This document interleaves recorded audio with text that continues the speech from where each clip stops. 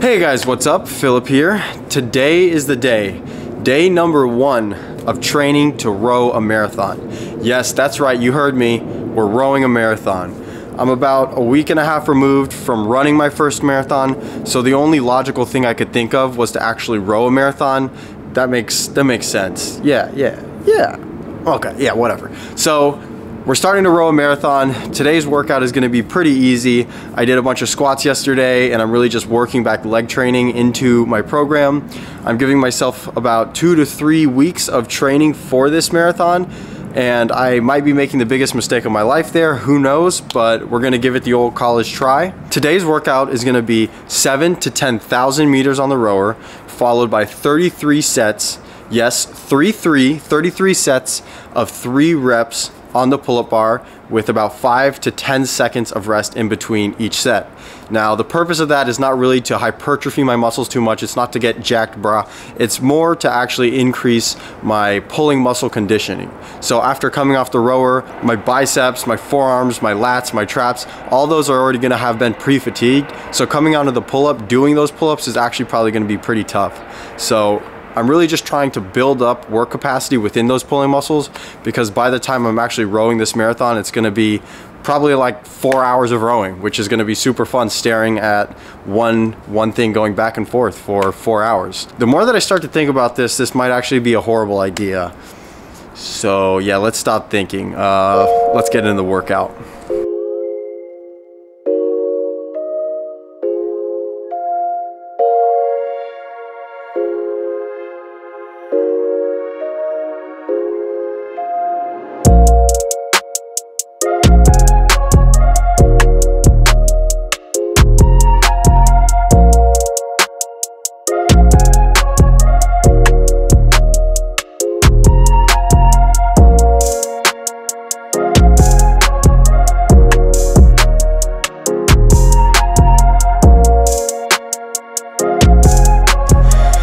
Meters of rowing done. Now we're on to pull-ups. Let's get it.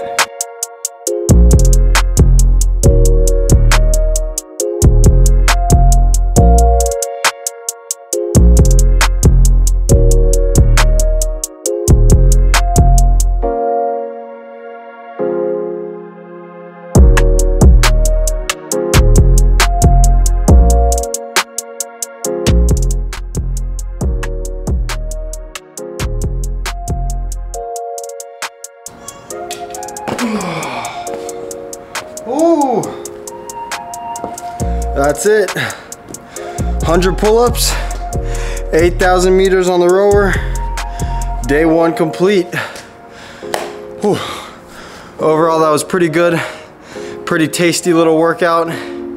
Not too difficult, but definitely showing me kind of what I'm in for these next few weeks. I'm excited to keep making videos, keep sharing my journey with you guys, and hopefully some of you guys can follow along and maybe you'll hop on the rower with me, who knows.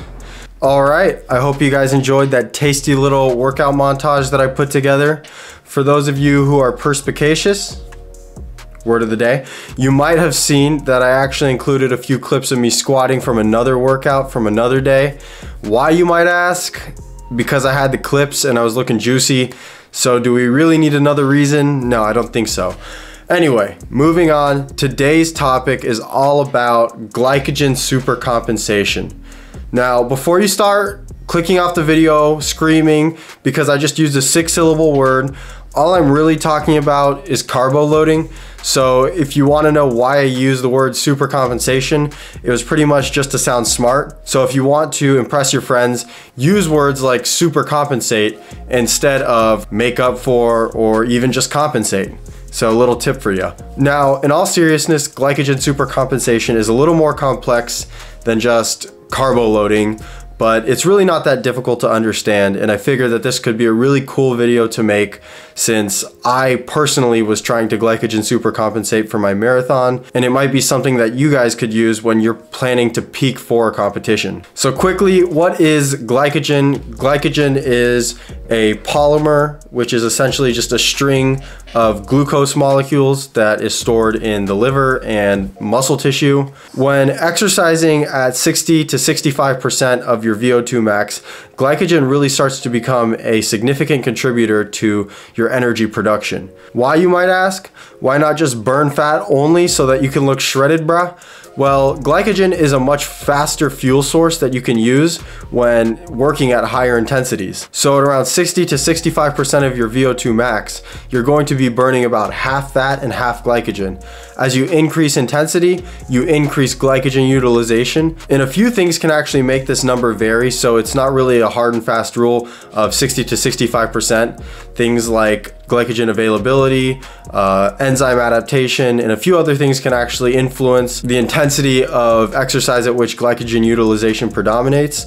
But as a general rule of thumb, 60 to 65% of your VO2 max is kind of that halfway point. For reference, that's going to be exercise that lasts around 90 minutes in duration. Now, at higher intensities, say around 85% of one's VO2 max, glycogen can be responsible for 2/3 of the body's energy production. And so as you begin to increase intensity, you begin to increase utilization. Now, why do we care about glycogen in the first place?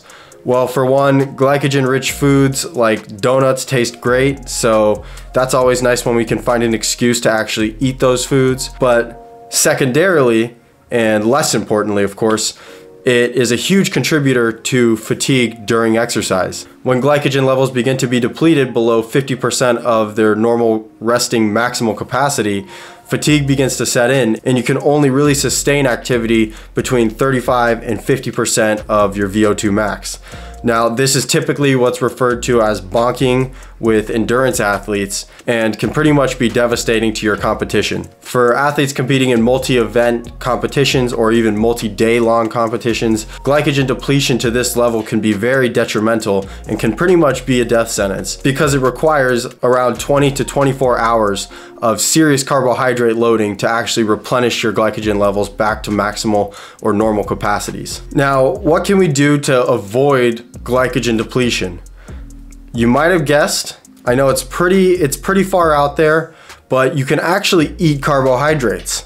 I know, just hear me out. There's a few carbohydrates, namely simple sugars such as sucrose, glucose, and maltodextrin, which are really the staple carbohydrates that you can ingest during exercise to help delay fatigue and increase your blood glucose levels so that not all of the blood glucose in your bloodstream is coming from glycogen. Since during exercise, your body is actually shunting blood away from your gastric intestinal system and towards the muscles that are active, it can actually be difficult to digest certain kinds of carbohydrates. Now, glucose, sucrose, and maltodextrin are extremely easy and fast digesting carbohydrates, and digestion can actually be further facilitated with the intake of caffeine, amino acids, and sodium. And so for me personally, I have found it really convenient and nice to take Roctane energy gels. Now, I'm not sponsored by Roctane, but I found that when I started combining my sugar intake with these adjunct compounds like sodium, amino acids, and caffeine, I found that I was actually able to process these quicker, take more calories in, and delay fatigue for a longer period of time. So I highly recommend doing that if you're gonna be in any kind of endurance sport or working in an endurance capacity, really over about an hour to 90 minutes in duration. Now, there's a few things that affect glycogen replenishment during and after exercise. To quickly name them off in descending order of importance, you have glycogen availability, exercise, insulin, training status, and then your habitual carbohydrate intake. To start out in the beginning with availability, this is pretty straightforward. If you have a lot of glycogen, your body's not gonna really care to make more glycogen. Now, moving on to exercise, what exercise does is that it increases the levels of a certain hormone called epinephrine, also known as adrenaline. Now, what epinephrine or adrenaline does is that it increases the activity of all of these downstream cellular cascades or cellular signaling pathways that increase insulin sensitivity. So a given amount of insulin will have a larger effect. Why is insulin important? I know it's not the devil all the time. Insulin helps shuttle nutrients to tissues that are expressing insulin-dependent transporters. So as you have increased insulin sensitivity from epinephrine and an insulin spike, say from a post-workout meal, you're going to have an improved effect and increased glycogen uptake by your muscle tissue and your liver. So we just covered insulin, so moving on. Next in the list of importance would be training status. If you are a higher trained individual, your glycogen storage capacity will be increased, and this is partially due to increased activity of glycogen synthase, which is the key enzyme in glycogen production. Finally, your carbohydrate intake can also affect the rate or the degree at which you're able to store glycogen. For those on ketogenic diets, enzymes such as glycogen synthase are going to be downregulated or decreased, and so you'll have a harder time actually storing glycogen. And this is kind of just a cellular adaptation, so your body is not wasting energy creating enzymes that it's not using. So for those who eat a lot of carbs, will have more glycogen synthase and will be able to store and metabolize glycogen much faster. All right, I'm sorry. Now to the topic of the video, what is glycogen supercompensation? Essentially, what glycogen supercompensation is where you deplete your glycogen heavily for a period of time, and then you load glycogen heavily for a similar period of time, which creates this effect where your body will actually store more glycogen than it normally would if you just loaded glycogen or ate a ton of carbs sitting on the couch without depleting beforehand. Now, to give a little reference, for untrained individuals, normal resting glycogen levels can be around 56 grams per kilogram of muscle tissue. For a trained individual, this can increase to 80 grams per kilogram of muscle tissue. And for supercompensated trained individuals, which has been seen in preclinical or rat models, we've seen up to 133 grams per kilogram of muscle tissue. So this is about a 1.6-fold increase, or about 160% increase in the amount of glycogen that a muscle can actually hold. So this can be extremely beneficial if done properly, because it can give you levels of endurance that you're not even used to in sports that are multi-event or multi-day long competitions. So how does one go about glycogen supercompensating? It's not just as simple as eating a bunch of donuts for a few days leading up to the competition. That would be pretty cool.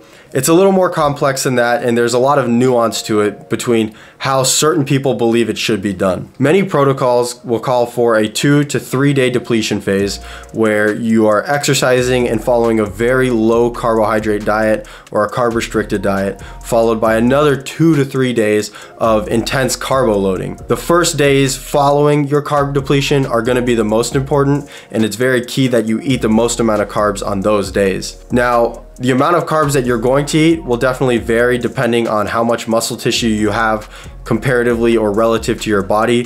For those of you who are jacked bodybuilders trying to get into endurance events, you're going to have a lot more capacity for glycogen storage versus if you're a stick bug running a marathon or doing a Ironman. Typically, protocols will call for around 8 grams of carbohydrate per kilogram per day. So for me, that works out to about 700 to 1,000 grams of carbs per day. In addition to that, you need to make sure that you're tapering your exercise so that you're not actually burning the carbohydrates that you are eating, and all of the carbohydrates can go to replenishing those severely depleted glycogen levels. I do think it's important though to caveat this information by telling you there are studies out there that have found that this depletion phase hasn't actually had that great of an effect on supercompensating or glycogen supercompensation levels. So this is definitely not something that is completely agreed upon within the scientific community and is practiced by all athletes, but this protocol that I just described has been shown within certain studies to improve glycogen carrying capacity.